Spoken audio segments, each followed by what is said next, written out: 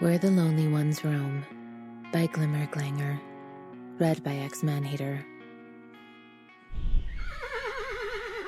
Catra rode behind Adora on swift wind, her arms wrapped tight around Adora's waist, and the ground falling away far beneath them.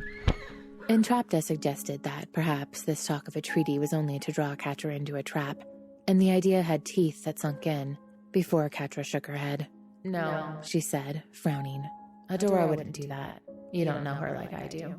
So they flew to Brightmoon, too high in the sky and too cold to speak until they landed, finally, in an ornately appointed courtyard. There were guards there to meet them, wearing shining armor and holding shining weapons. Catra slid off Swiftwind's back and raised an eyebrow at them. All of this for little old me? She said. Let Queen Angella know that the representative from Haven is here, please, Adora said, sliding down to stand at Catra's side. The guards hesitated, took another look at Adora's face, and turned to march hurriedly off. Adora sighed. This would be easier if I could call you Princess, she said. They understand that title. Catra fought to keep her claws from extending. No, she growled, listening to Adora sigh once more. Yeah, Adora said. That's what I figured. Come on.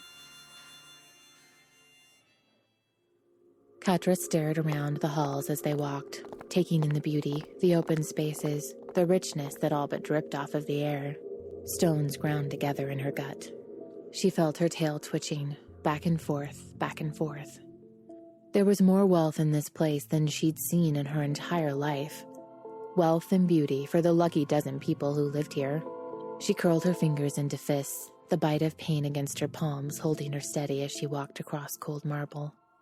She felt Adora shooting her looks, but ignored them. This was what Adora liked, this gluttonous nonsense, the overwhelming beauty, held here away from everyone else. This was what Adora kept leaving for. This...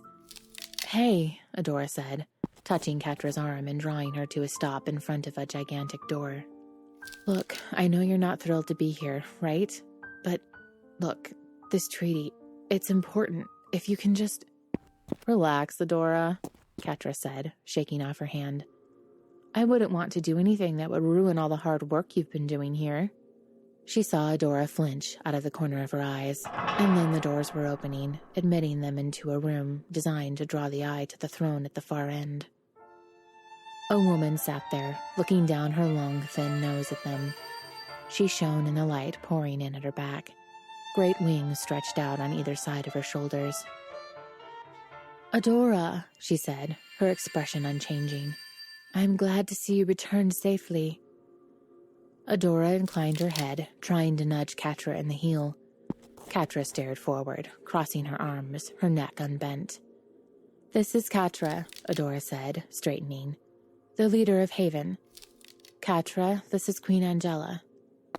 Charmed, Catra said, smiling with all of her teeth.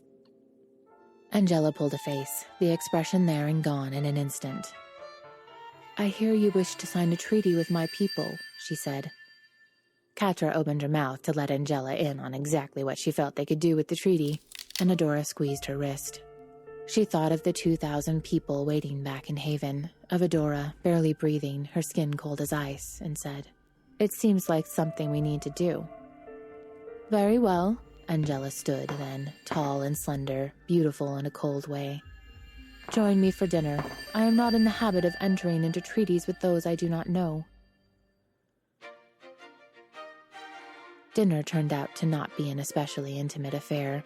They entered yet another huge chamber, filled with a table built out of some glittering material. Angella sat in a raised chair at one end of the table, the rest of them seated around her feet. Catra curled her fingers around her knife and Adora nudged her ankle under the table, eyeing the plates set in front of them. Glimmer sat across from them, frowning alongside Bo. Catra didn't recognize the rest of the dinner party, and no one introduced her. She was painfully aware of her clothes, worn and patched together, compared to the finery worn by the inhabitants of Brightmoon. Their hands were soft. Even the ones who fought used magic instead of weapons. They sat around their fine table, drinking crystal-clear water and eating huge plates of fresh food, and delicate little desserts on top of that. They made conversation with one another, and Catra scowled at her plate, acid bubbling up in her stomach, crawling into her throat. "Glimmer tells me you have been expanding your holdings," Angella said into a quiet moment, with only the echoes of cutlery on plates to echo around the room. "Into 2 additional settlements." Catra swallowed around the knot in her throat, leaning back in her chair. "We were running out of space," she said, shrugging. "Adora reports that the people in Haven are treated well." Catra set down her fork and turned to frown at Angella, her ears flattening. "As opposed to?" Glimmer shifted in her chair. "You were a force captain for the Horde," she said. "And so was Adora," Catra said, almost a hiss, ignoring the ache in her ankle when Adora could not stop kicking her. Glimmer narrowed her eyes. "You kidnapped me!" Catra shrugged and got a scoff for her trouble. "You're not even sorry. Mother, can't we—" "Why should I be sorry?" Catra asked, her hands clenched tight to keep the claws in. Glimmer pushed away from the table. "Because you were wrong." "We were at war," Catra said, thinking about the smell of burnt gunpowder, the metal walls of the Horde base, the cold emptiness of the bunk without Adora in it. She blinked away the memories. "And now we're not." "That's not an excuse," Glimmer snapped.